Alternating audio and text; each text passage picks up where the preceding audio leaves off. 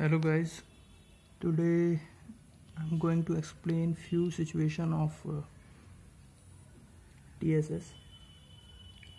So before that, as I told in my last video, that before explaining anything to surveyor, you should tell him how will you determine risk of collision, and if ROC exists, then only you will take action. So this is our first situation, number 10.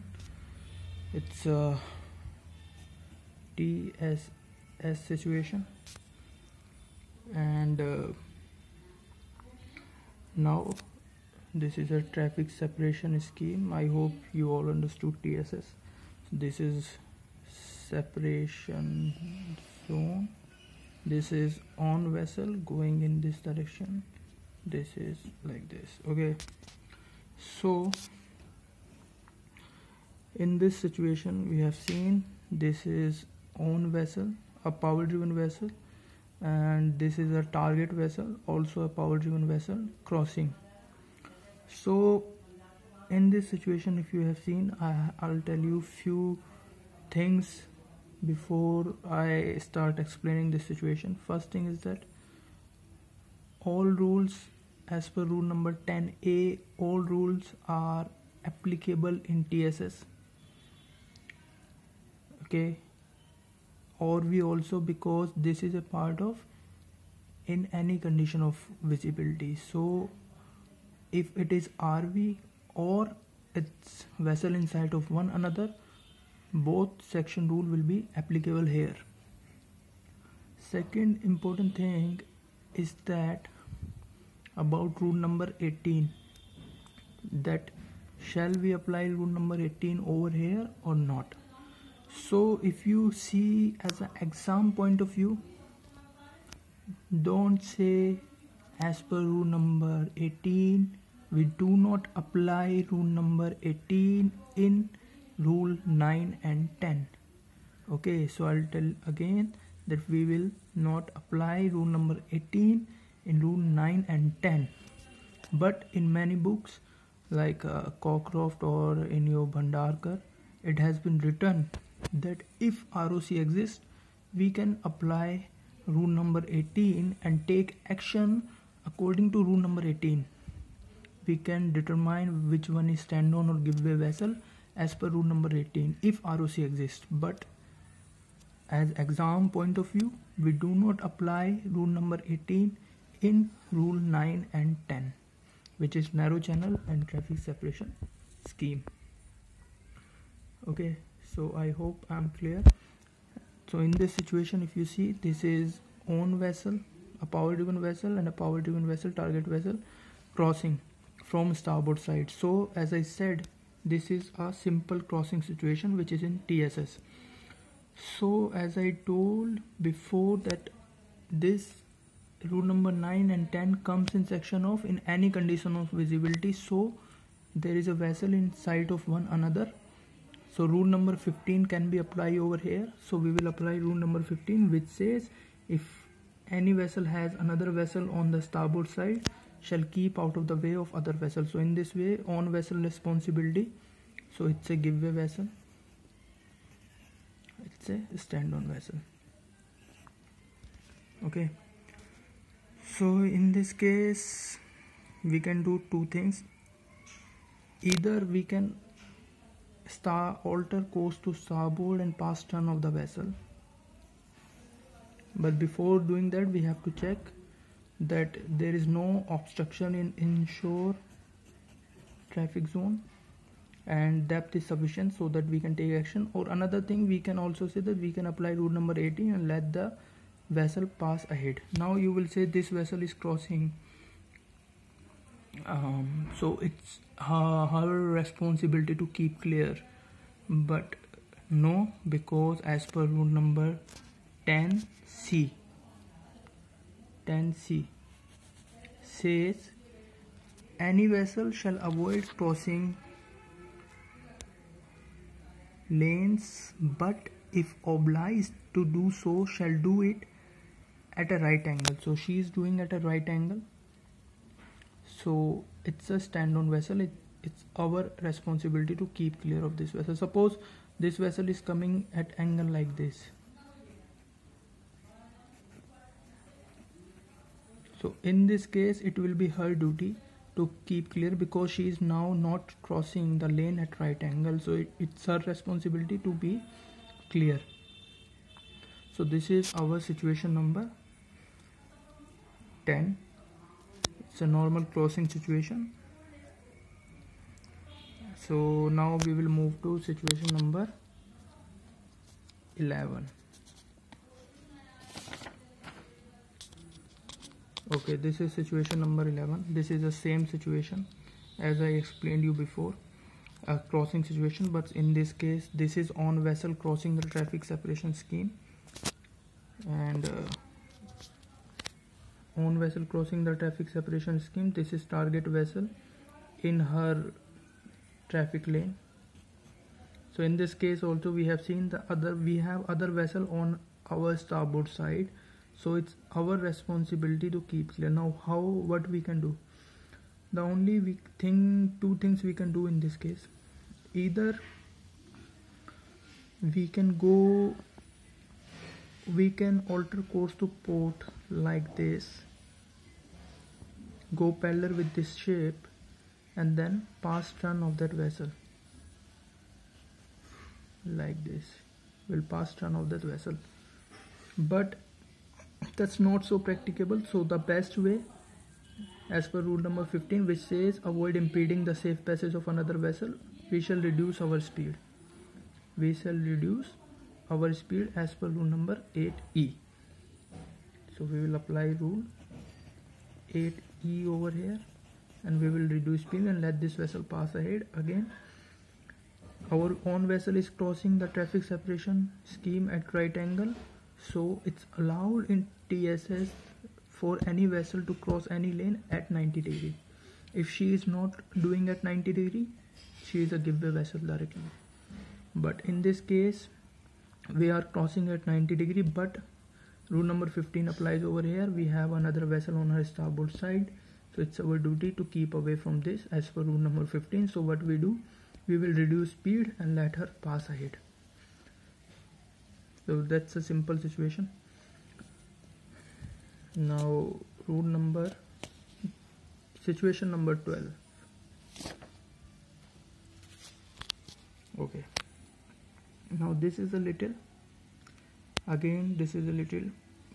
tricky situation, you can say, because we have a CBD vessel on our starboard side, and this is on vessel, a power driven vessel. So in this case what we can do, as you see, as per before that, I'll repeat again that we will not apply rule number 18, that is responsibility between vessel, in rule number 9 narrow channel and rule number 10 traffic separation scheme. Okay, as exam point of view. So in this case we have seen on vessel a power driven vessel and a CBD a target vessel. So what you can do in that case? In this case you can do two things. First, you have seen this is on vessel and we have another vessel on our starboard side, and she is crossing the lane at right angle. That means she is obliged and she can do this. Okay, so as per rule number 15, on vessel is a giveaway vessel and CBD is a stand-on vessel, as CBD is also a power driven vessel. Okay, so it's our responsibility to be clear of CBD. So in this case also we can do two things. Either we can reduce speed or we can alter course to starboard and pass turn of the vessel by checking ensure traffic zone, sufficient depth, and no obstruction. So this will be our rule number, situation number 12. The tricky part is that people get confused that this is a CBD vessel, who should give way to the other vessel. okay, and who has right way. So we will not apply rule number 18. Don't get confused with that. It's a normal situation. In this situation, CBD is crossing at right angle the TSS, and she can do this. On vessel is a giveaway vessel in this case as per rule number 15, because we have another vessel on our starboard side. So we will apply rule number 15 over here, and alter course to starboard or reduce speed and give safe way for CBD.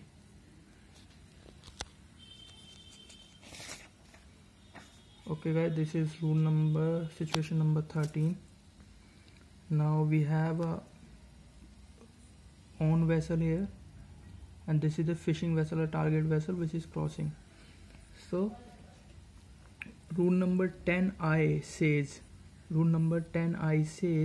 fishing vessel shall not impede safe passage of any vessel. Rule number 10I says fishing vessel does not impede the safe passage of any vessel. So as per rule number 10I, fishing vessel is directly become a giveaway vessel, and on vessel is a stand-on vessel.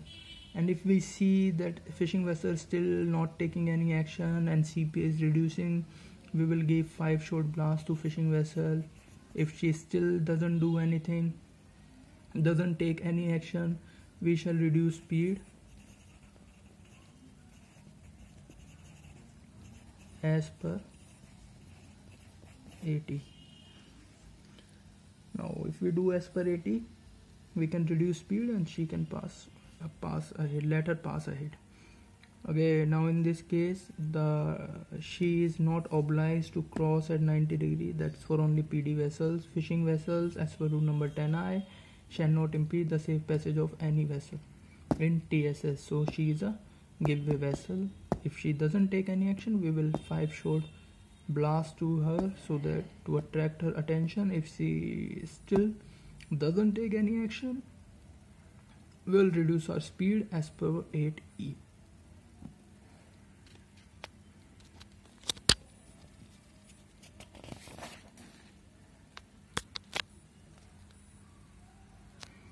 So rule number 14 is situation number 14 is same as situation number 13, but in this case we have a sailing vessel.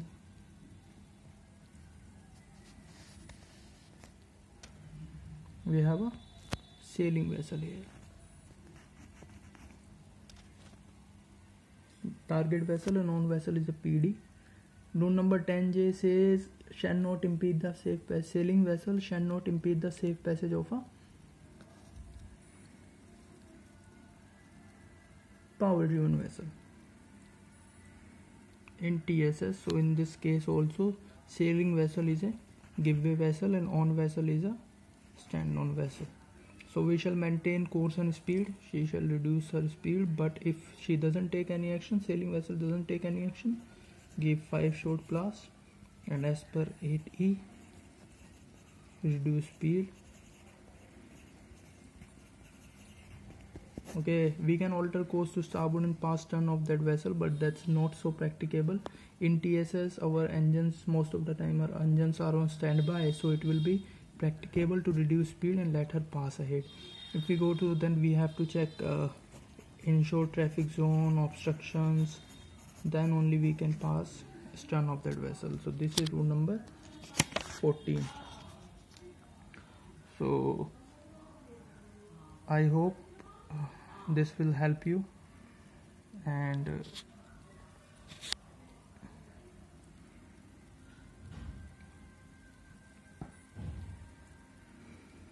I'll upload more videos about restricted visibility situations and narrow channel situations, and few more complex situations, so that I can help you. I'll again tell you one thing, that rule number 18 does not apply in rule number 9 and 10.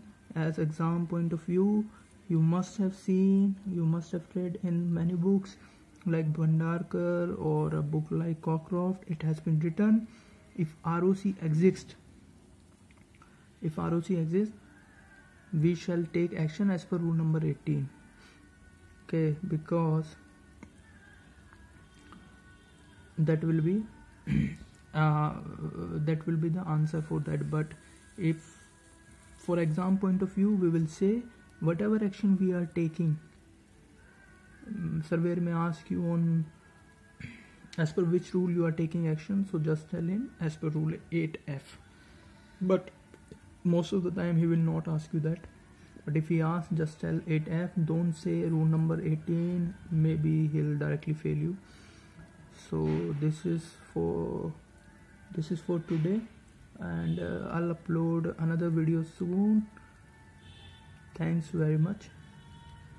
Have a good day.